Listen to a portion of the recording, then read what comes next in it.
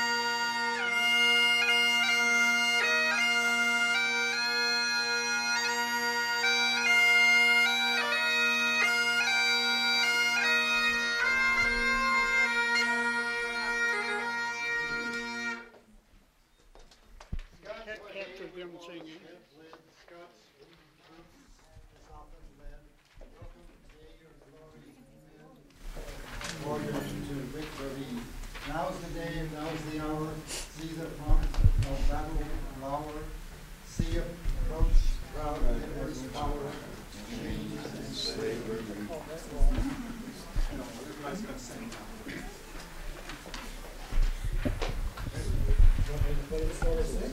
Oh, okay. What only are on the back?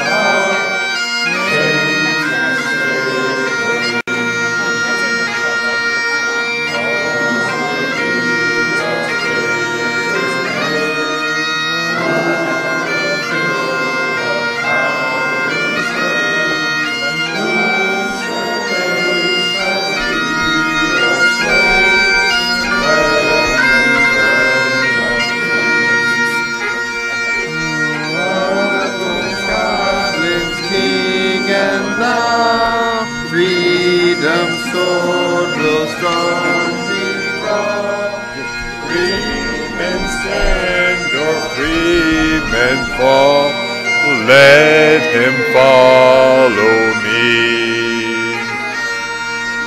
By oppressions, woes, and pains, by your sons and servile chains, we will drain our dearest veins, or they shall be free.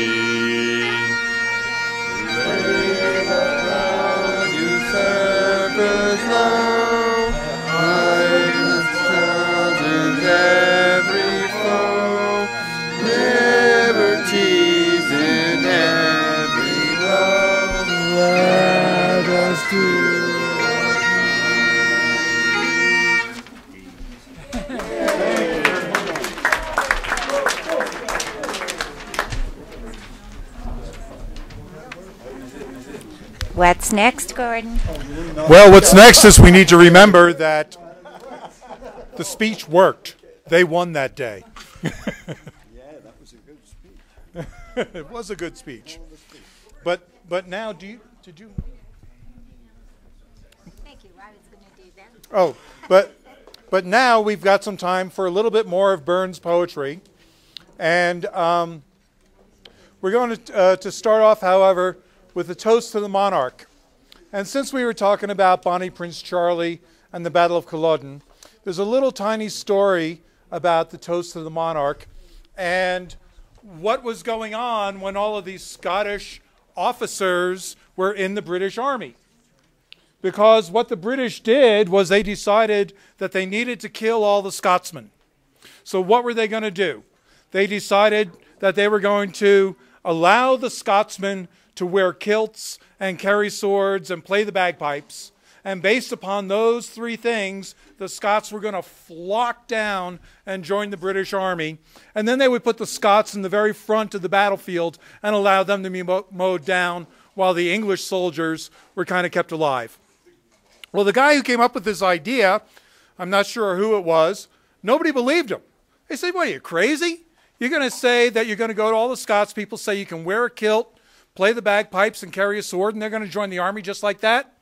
Well, the answer is yes, they did. And they were in the front lines, but they surprised everybody because they didn't get killed the way everybody thought they were going to do. In actuality, the reverse really is what happened. However, they were now in the British Army, and in the British Army there was always a toast to the monarch. However, many of the Scots still had that deep abiding loyalty to the Stuarts. So when they would do the toast to the monarch, I've got a little bit of water right here. Yes, they would pass their glass over the water in order to really symbolize that they were toasting the monarch who was over the water or across the sea, not the monarch who was the leader of the British Empire. So, Sneaky.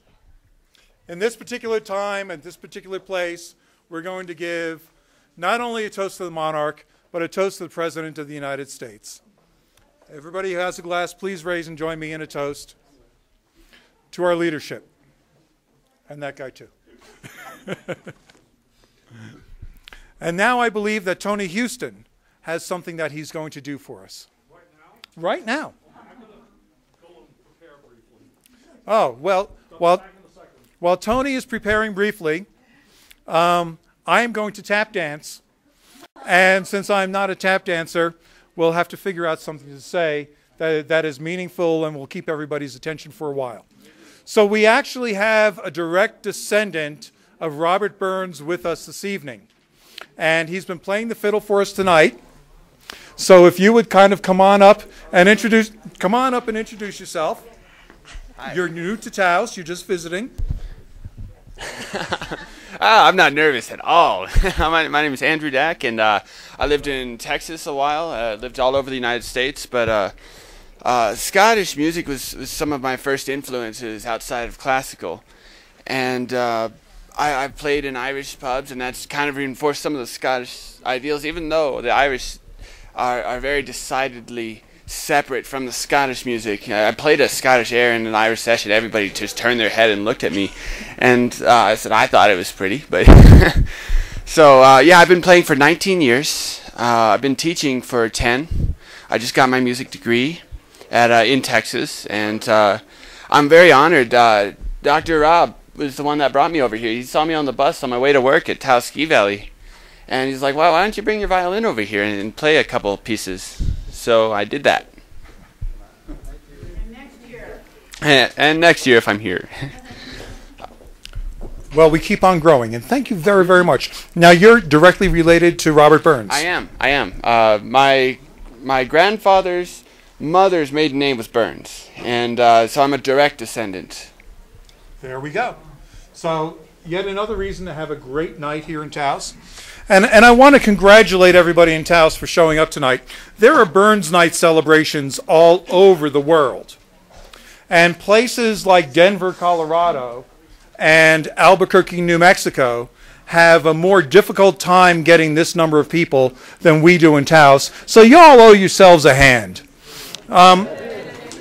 Congratulations. I won't give you a hand. I'll just give you a little toast because, you know, whiskey's the family way. But now I believe that Tony, oh my goodness, what a surprise. And actually this is very much in the Burns spirit, because falconry went out of fashion in England with guns, but it was kept alive in Scotland And one of the finest books on falconry, Campbell's book, was printed in 1773, so totally contemporary. And this is a New Mexico peregrine. Peregrines also are in Scotland. I've flown peregrines in Scotland on the moors. And this, however, the peregrine in Scotland is protected and you can't take a wild one. But one of the advantages of being in New Mexico is that at the age of 59, for the first time, I went over a cliff and was able to take my own falcon from an eyrie. And ears were invented to put hoods on. She's an absolutely adorable bird. She's caught about 15 ducks this year. She also goes out after sage grouse. And in the old days, in order to possess a female peregrine, you had to be a duke or above. And there isn't much above a duke. Anyway, I thought that she will talk to me a little bit, but I've never actually recited a poem while I've had a falcon in my fist, so I thought that we might do a little duet. However, it would be redundant of me to do another Burns poem, since I did most of my Burns, the ones that I remember, over the past couple of years. Always have something to say. And on this one occasion, I have not been able to find a single lassie who wants to say anything. So I am going to start off with a toast to the lassies and say that for every man that's here, there would never, none of us would be here if it wasn't for a lassie. And that we all love the lassies because, well, I don't need to go into that. So, to the lassies, whom I certainly love and adore, and who I'm certain that the men here love and adore in their own way, may I offer a toast to the lassies this evening. Hear, hear.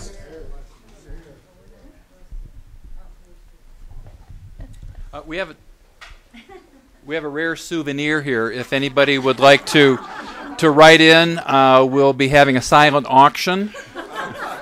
Just let us know. So now do we have a lassie who's willing to reply? Sure, I'll reply. Why not? And your name is? My name is Marlene. Last name, Wachowski. Don't I look like it? Okay, I will reply. To all the gents in the room, I wish you all the best. I hope that you will always give your the last regret, not the last regret. And with that, I say, I toast you all, and thank you for your love, and I wish you all the best, and beyond, and above. Okay, that's it. Toast. So, cheers to you all. Thank you. Cheers. Cheers. Well done. And you were really put on the spot for that. Yes, I was. But thank you very much. Thank you so much. So now we have the pipers who are ready to play two different tunes. And we're going to start off with Amazing. So we're going to start off with Amazing Grace, and then we're going to follow up with Auld Lang Syne. And so if anybody wants to join in with the pipers on Amazing Grace, that's great. But also everybody should join in on Auld Lang Syne. This is today is the birthday of a very good and old friend of mine in Los Angeles. Her name is Donna Campbell, and this is her birthday, and this is her favorite tune. So we're going to dedicate this to Donna. Happy birthday, Donna. Is that the chemist in